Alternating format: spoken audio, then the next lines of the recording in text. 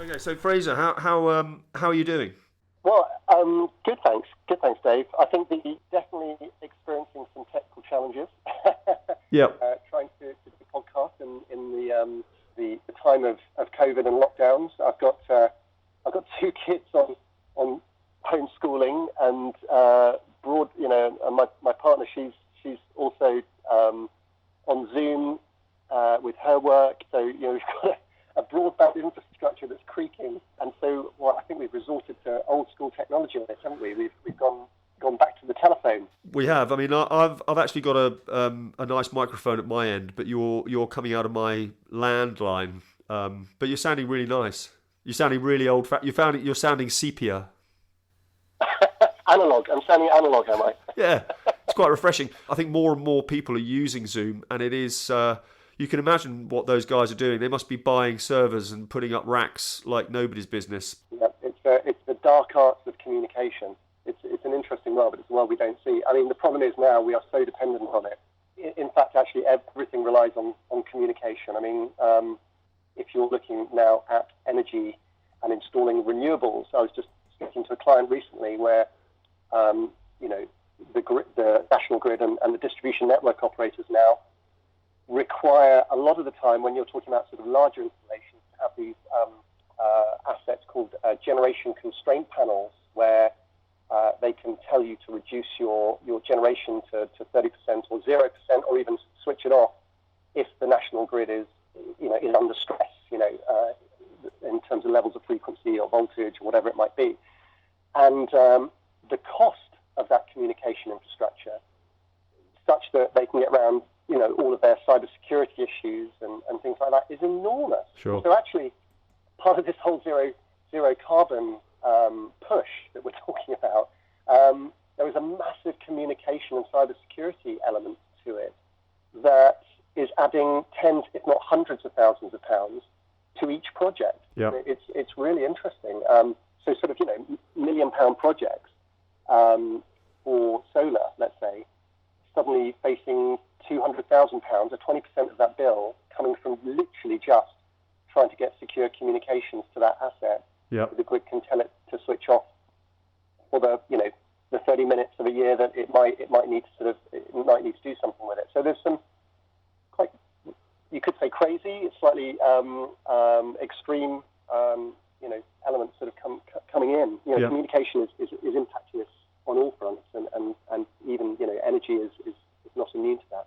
So I read this thing the other day. Basically, it was a piece about data, and it was kind of extrapolating the data that we have as a planet, and it was putting an end time on that. It was basically saying that at some point, if you extrapolate the data exponentially as it's going at the moment in terms of data generation, data harvesting, and data storage, and then data interrogation, all of that kind of stuff, that at some point in the future there is more data than there is energy available to store that.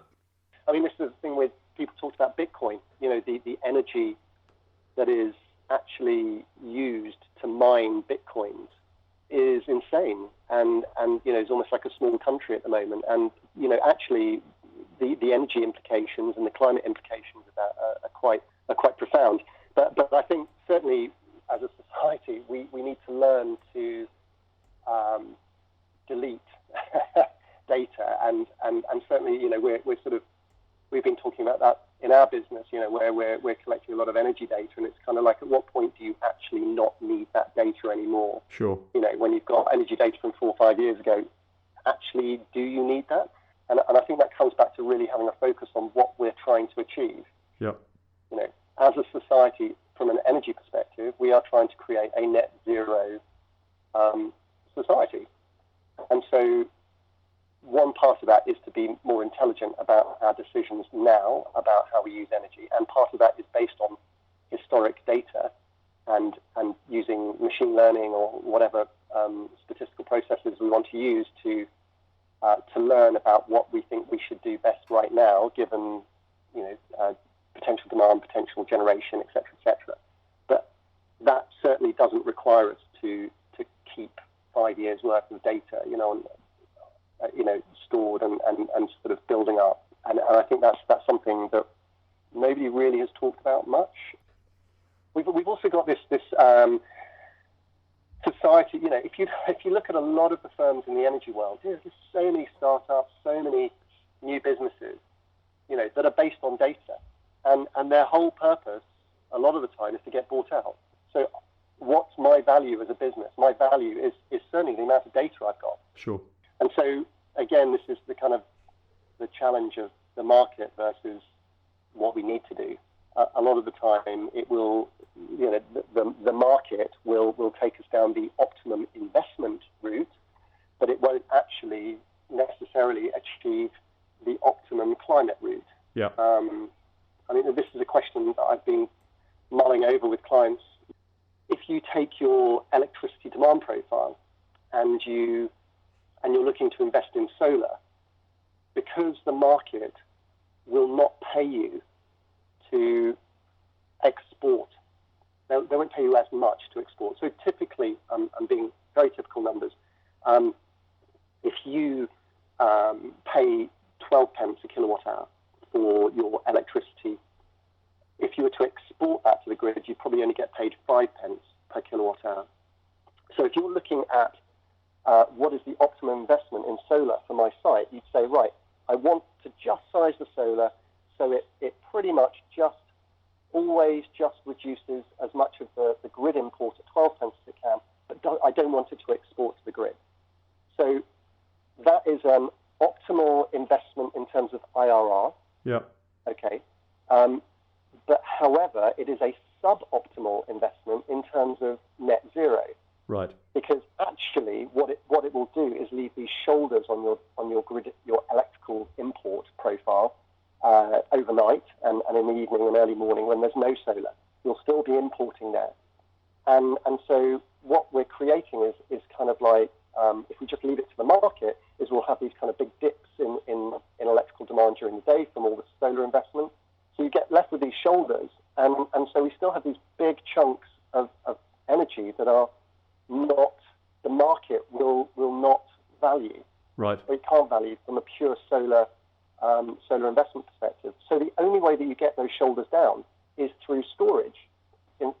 For storage to work, then you need that solar to be oversized so that it exports, and then you can distribute that 5 pence export. You store it rather than exporting it, and then place it into those shoulders. Right. Now, the problem that we have at the moment is, so I'm just going to go through some simple sort of storage economics. So at the moment, for large scale storage, you're talking about prices in the order of £300 per kilowatt hour of capacity. So if you invested in storage at the moment at £300 a kilowatt hour, and let's say you wanted to have a 7-year payback, that means that from that storage you need to make about £43 a year per kilowatt hour. Right. Okay, because if you made £43 a year for 7 years, that's your £300 paid back. So you pay back that original investment in storage in 7 years.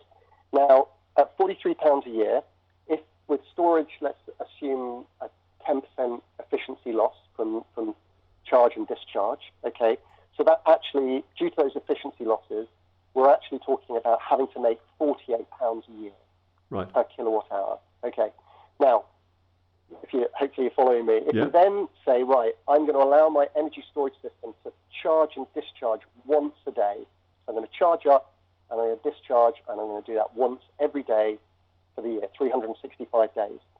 So to make £48 a year for 365 days of the year, assuming you can fill it and discharge it every day fully, you need to make 13 pence, okay, per kilowatt hour. Yep. So what that means is you need to be able to charge your storage at 13 pence less than the price that you're discharging it at. Okay. So if you were going to get paid for export at 5 pence, okay, but actually I'm going to charge my battery at 5, I'm going to charge my battery rather than export. That means if I charge at 5 pence, I actually need to be selling at 18 pence at the current cost of storage. And I need to do that every day of the year to make that valid. Now, obviously, solar generation, for instance, that sort of changes, between summer and winter. So actually, it's probably unlikely that you're going to be doing that every day of the year. Sure. Something like with solar, maybe also with wind because of the changes in that. So maybe that 13 pence becomes, because of the kind of the differences, becomes more like, I don't know, 15 or 18 pence. So the challenge is that the only people with that kind of spread at the moment are actually you and me, right? I pay 18 pence a kilowatt hour for my import from Good Energy. That's who I use for my electricity. Okay. So if I could charge any export, but I've got a very small roof. Right. I'm not really going to export anything. Even at a commercial level, where typically they're paying 12 pence for, imported electricity, that spread is not big enough because, 5 and 12 is only 7 pence. Right. And that is not big enough to make this 13 pence plus that's required. So can I just ask a question then? So is the challenge purely adjusting those figures in the equation, or is the challenge a technology one, or is it a mixture of the two? I mean, do we need to generate more efficiently, or do we need to change that charging equation? What we need to do is we need to realise that if we want to achieve zero carbon, the only way that we will do it is with storage to kind of try and oversize and impact these shoulders, and that actually at the moment we are still a long way away from the economics making sense. So the technology is evolving and becoming, more, efficient all the time. So Yes. the focus really has got to be, ideally, the focus would be on the economics of this. Is that what you're saying? Absolutely. So we, if I was sitting at a table with, the UK government, advising on climate change at the moment and what to do, we need to start to come up with a framework for incentivising the kind of, the shoulder reduction, as I call it, through storage. And it needs to be, and it needs to take into account the kind of the differential between what's available at the moment and what we need. This kind of difference between, we're getting 7 pence at the moment, actually we need more like 13 pence. So that kind of 5 or 10 pence a kilowatt hour to get storage to work. We're currently at a stage where we know what our electrical demand is a lot of the time, but we're adding to that. Sure. We're adding electric vehicles to that demand. We're adding electric heating, moving away from gas, oil to electric heating. So actually these demand profiles are just going to be increasing. When you spoke about, if you were sitting at the table advising, government, who is sitting at the table advising government on that sort of shoulder storage question? The big focus at the moment is COP26. Sure. The big push is to get people to commit. What happened in 2015 when the feed-in tariffs were for solar and wind, etc., were sort of removed. Yeah. We've had nothing in the renewable sector since that's been driving. So what we talked about in the last podcast was that capital prices for solar, wind, storage as well, have all come down, and they've made, in front of the meter, large-scale investment valid and investable. Where the gap that I'm talking about is behind the meter. It's businesses, homes, towns, cities, and how they move to net zero. Now, there's two parts here, right? One is you just put massive solar, massive wind, and the carbon intensity of the electric network comes down. It was at 0.5 kilograms per kilowatt hour. It's now at 0.22 kilograms per kilowatt hour. That will move down, and as that moves down, there's less pressure for everyone else to kind of to do stuff. But eventually the large-scale opportunities will diminish, and it can only happen through the likes of you, me, and businesses reducing their demand, and that's where you need this sort of interaction of solar, wind, storage.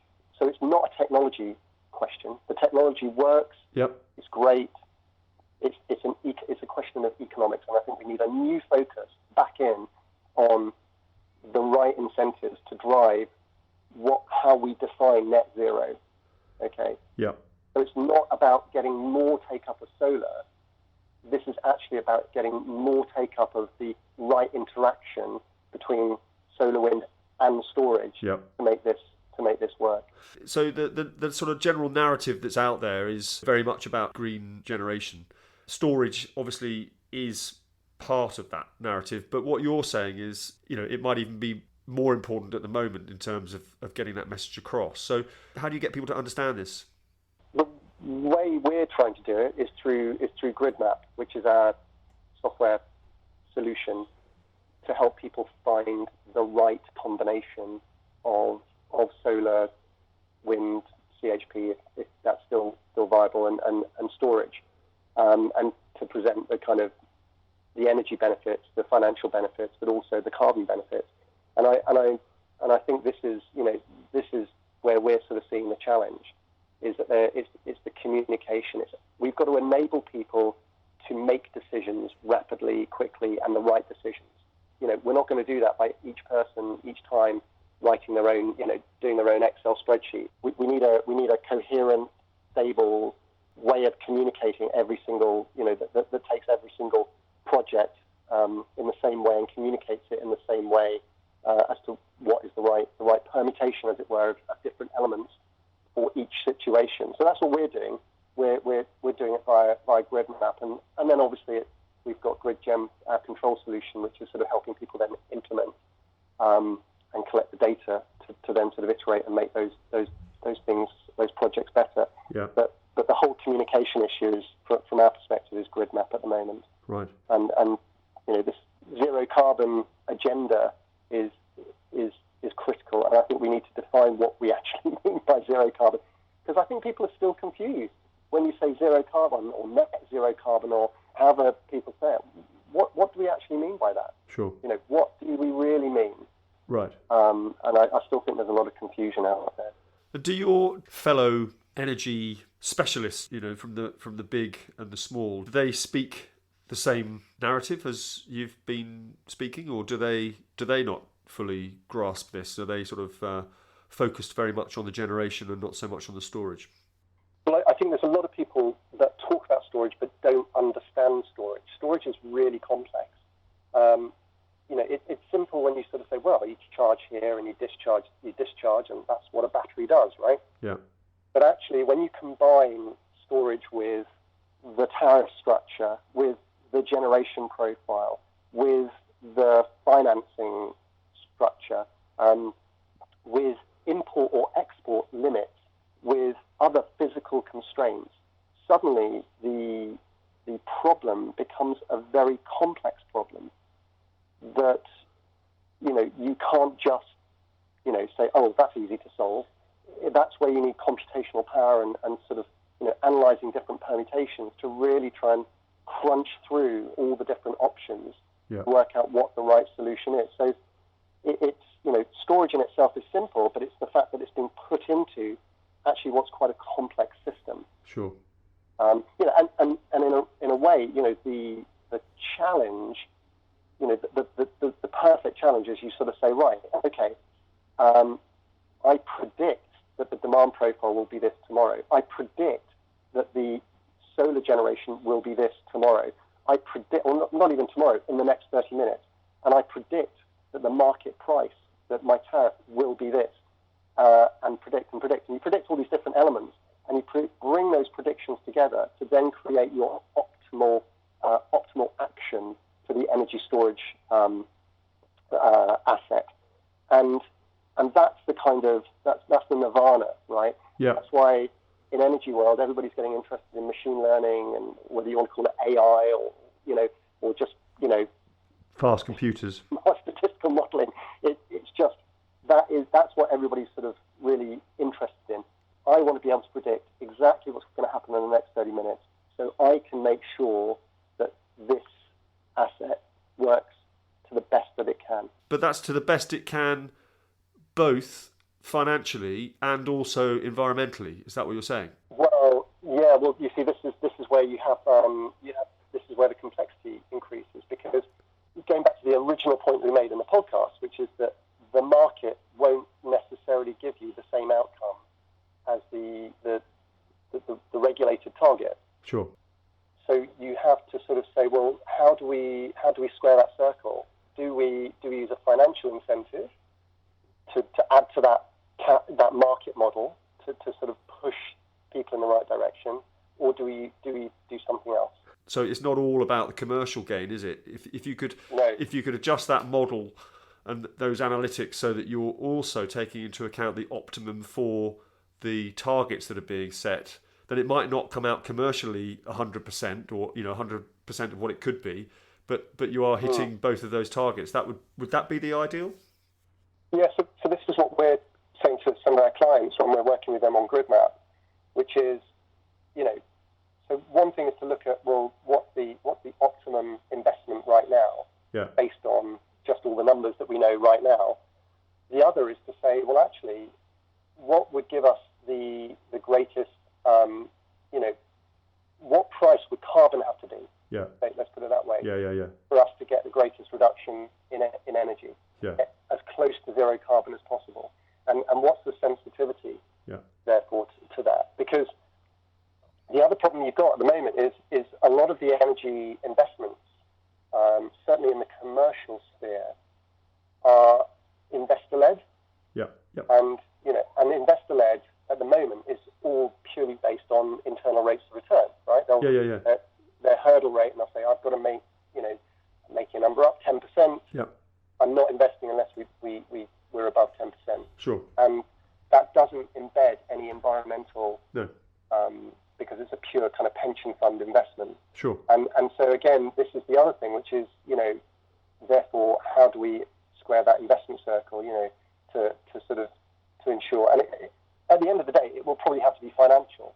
Yes. But a financial incentive that is absolutely linked to the kind of the net zero target that we as a society have signed up to. So if we envisage this these investment models as being a big set of cogwheels all churning away, one of those cogs is missing really, and what needs to go into that engine is this environmental cog that takes that. That's something we look at. With, we look at the sensitivities of that with our clients, but it's something that government certainly needs to be looking at. I'm sure I'd imagine they are looking at it, but it's certainly a big piece in the kind of the investment puzzle and the sort of pathway to net zero. Because I don't believe personally that the market will achieve net zero. Well, it'll be interesting to see, won't it? Because Glasgow is kind of around the corner, and Biden's in. So has he signed off those executive orders? God, how amazing! I feel so positive at the moment about America. Yeah. And what Biden's done, he's obviously signed them into the climate Paris climate agreement, back into the WHO. Yep. Everything I see that they're doing just fills me with kind of positivity at the moment. That's good. And also, I was just blown away by, I don't know if you saw it, there was Amanda Gorman, who's the National Youth Poet Laureate. Oh yeah, I did. Yeah. At his inauguration. Yeah.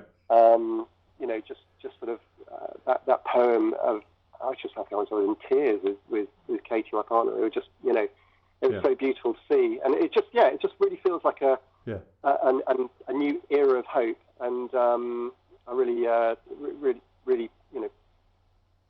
hope that sort of continues and that momentum continues. Yeah, well, I think I came up with a title for the last podcast, which was "Reasons to be Cheerful." Yes. So that was part one, and maybe we could do part two and part three as that COP meeting gets underway. It'd be interesting to see how that all warms up, what goes on, and then what comes out. More importantly. Absolutely. So how are you spending your lockdown time, Fraser? Are you managing to chew into any new books or watch any? I mean, everybody talks about Netflix. I don't want to talk about Netflix. What about books? What are you doing with books? Well, interestingly, I really like The Economist, actually. Oh yeah. Magazine, but just a couple of weeks ago they had the Technology Quarterly, I think it's the January the 9th edition, and it was all on light. Oh yeah. How the science of light is transforming the way that we're doing things. So there's a great sort of 2-page introduction to how silicon works. So for photovoltaics and for transistors, and how silicon on its own is a kind of an insulator, but they dope it with, I think, phosphorus and boron, which both have like one more and one less electron in their outer shell, and that sort of then allows it to sort of conduct and for electricity to flow. It's just really, I think it's really, really wonderfully set out, the kind of the information they put together on, if you really want to sort of try and understand, at a basic level, the kind of what's going on in photovoltaics, electromagnetism, lasers, light at the moment, how that's transforming technology. I really, really would recommend having a look at that one. And the other thing I'm reading this really good book, Tidelands. It's just a historical fiction, but in there it's about the Pilgrims who went over to New England. Oh yeah. And this is 50 years after they went, so it's sort of in 1670. But there's this one guy in there, Ned the ferryman, who and he's basically brutal New England winters, November and kind of April. It's just and that kind of thing that actually society pretty much, for hundreds, thousands, most of our life beforehand has always been in lockdown, effectively, for kind of 6 months of the year. Yeah. In a lot of these kind of northerly territories, and that element of being, with a few people in a house or a yurt or wherever it might be, having to survive, the kind of the food that you have to prepare, but also learning the ways of being more sensitive to the natural environment around you. Yeah. And in this book, he's sort of, he's the only one out of the Pilgrims who's sort of really listening to the Native Americans and sort of the way that they live, and that's sort of doing him good.